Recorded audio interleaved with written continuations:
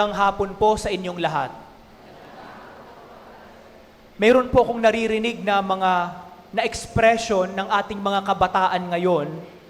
Ang kanilang laging sinasabi ay exage. Kapag halimbawa, meron silang kausap at tumawa ng malakas, sasabihin nila, exage naman.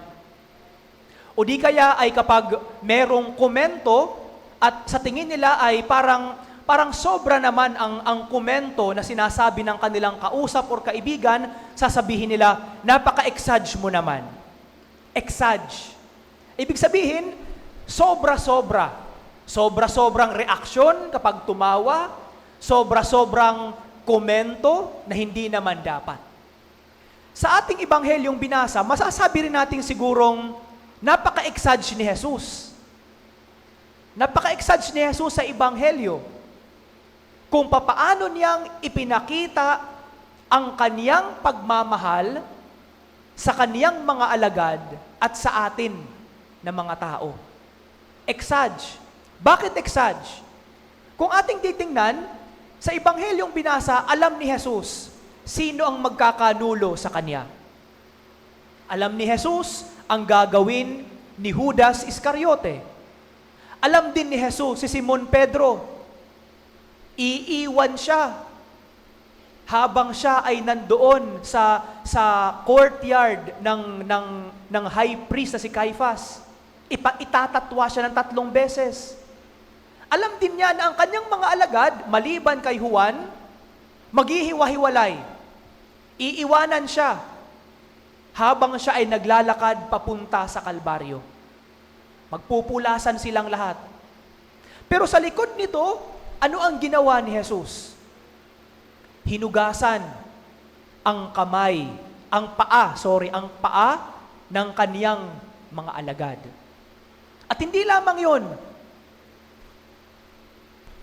Si Judas Iscariote, siya pa ang unang nakasama niya sa paglagay ng tinapay doon sa baso at kinain nila. Si Judas Iscariote pa.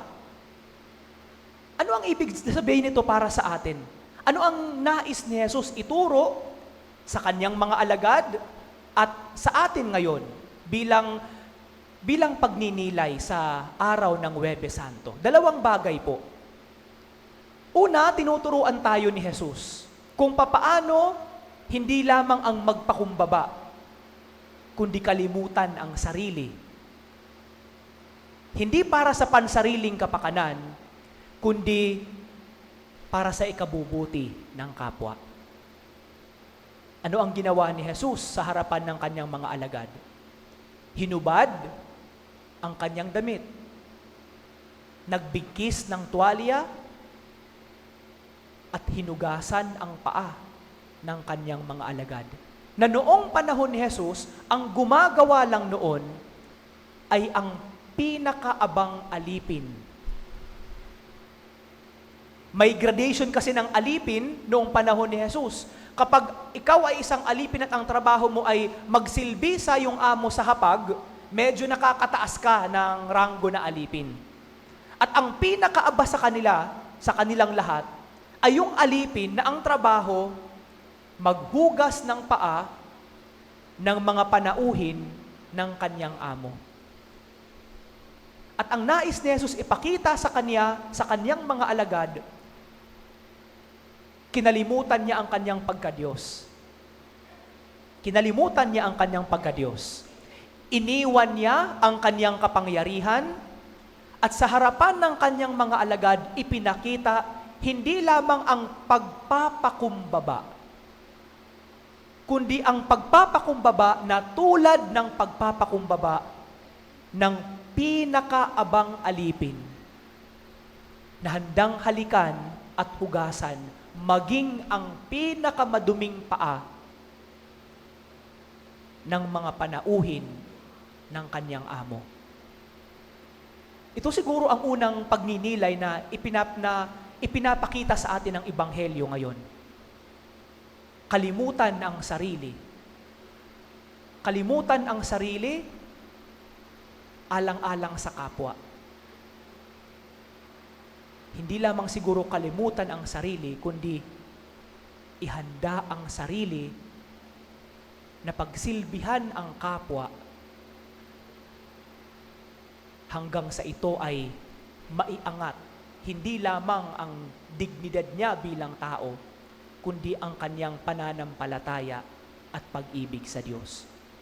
Kahapon ay unang pagkakataon kong na obserbahan ang ginagawa nating prosesyon dito sa atin sa Peña Francia, prosesyon ng Poong Nazareno at mga santo. Yun na siguro ang pinakamalapit na pagkakataon na mau-observe ko ang kahalintulad ng ginagawang translasyon ng Quiapo. Wala akong pagkakataon na makapunta sa Quiapo, natatakot akong mastampid. Pero kahapon, alam niyo po, ang dami kong napansin at ang dami kong nakitang mga, I would say, mga mabubuting katangian kung bakit ginagawa natin o ninyo, mga tagapako at mga mamamasan at mga deboto ng mga santo at santa at ng Poong Nazareno dito sa ating parokya sa Peña Francia. Kahapon, lahat ng mga mamamasan nakayapak. Walang mga tsinelas. At karamihan sa kanila o marami sa kanila, ang iba sa kanila, iba-iba ang mga katayuan sa buhay. May mga matataas siguro ang katungkulan, may mga barangay chairman dito sa atin, meron namang mga pinakaaba din sa ating parokya. Pero lahat sila pinag-uugnay ng iisang pananampalataya. Ito ay ang iangat sa kanilang mga balikat, ang Poong Nazareno. Nung una, naguguluhan ako. Tinitingnan ko kung paano magpalit ng tao. Para sa akin, parang ang gulo-gulo nila. Ibababa ang Nazareno, maghihiwa-walay, tas kanya-kanya ng insert para buhatin ang poon.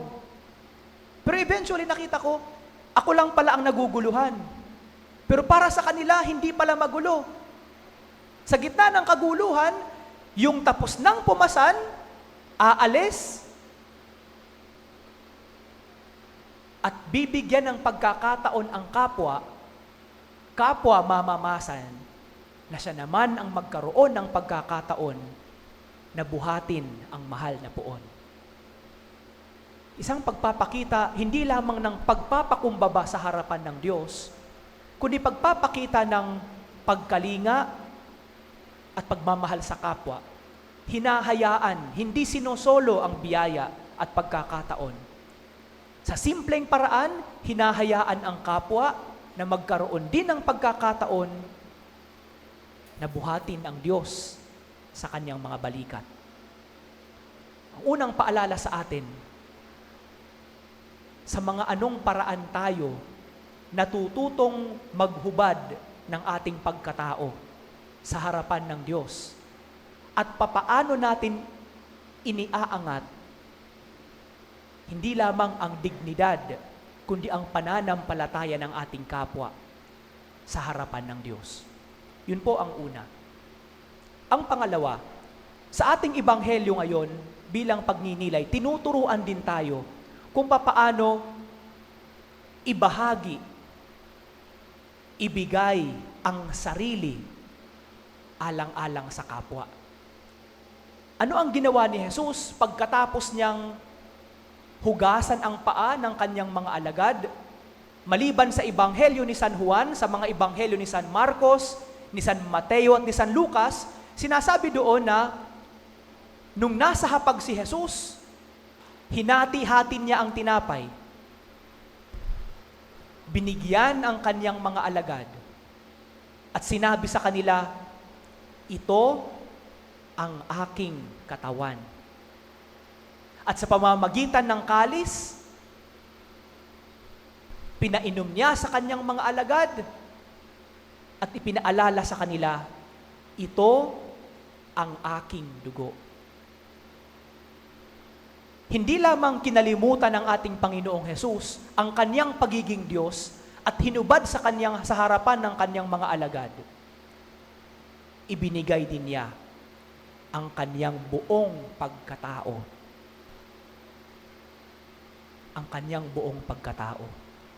At para sa ating lahat ng mga makasalanan, ang ibinigay ng Diyos, hindi lamang isang exaggerated na pagmamahal, kundi masasabi nating isang pagmamahal na kinakalimutan ang sarili, handang ibigay ang sariling buhay alang-alang sa minamahal.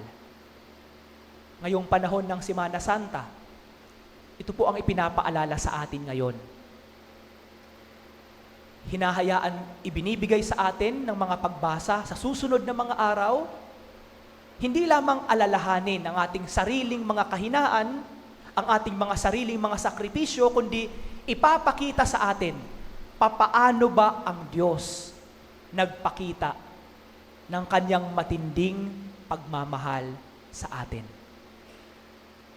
Sa mga anong pagkakataon ng ating buhay bilang Kristiyano,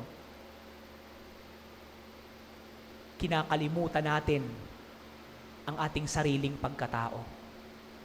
Kinakalimutan natin ang ating sarili at pwede pa nga siguro nating masabi na handa nating ibigay maging ang ating sariling buhay alang-alang sa ating minamahal. Sa anong mga pagkakataon nagagawa ba natin ito?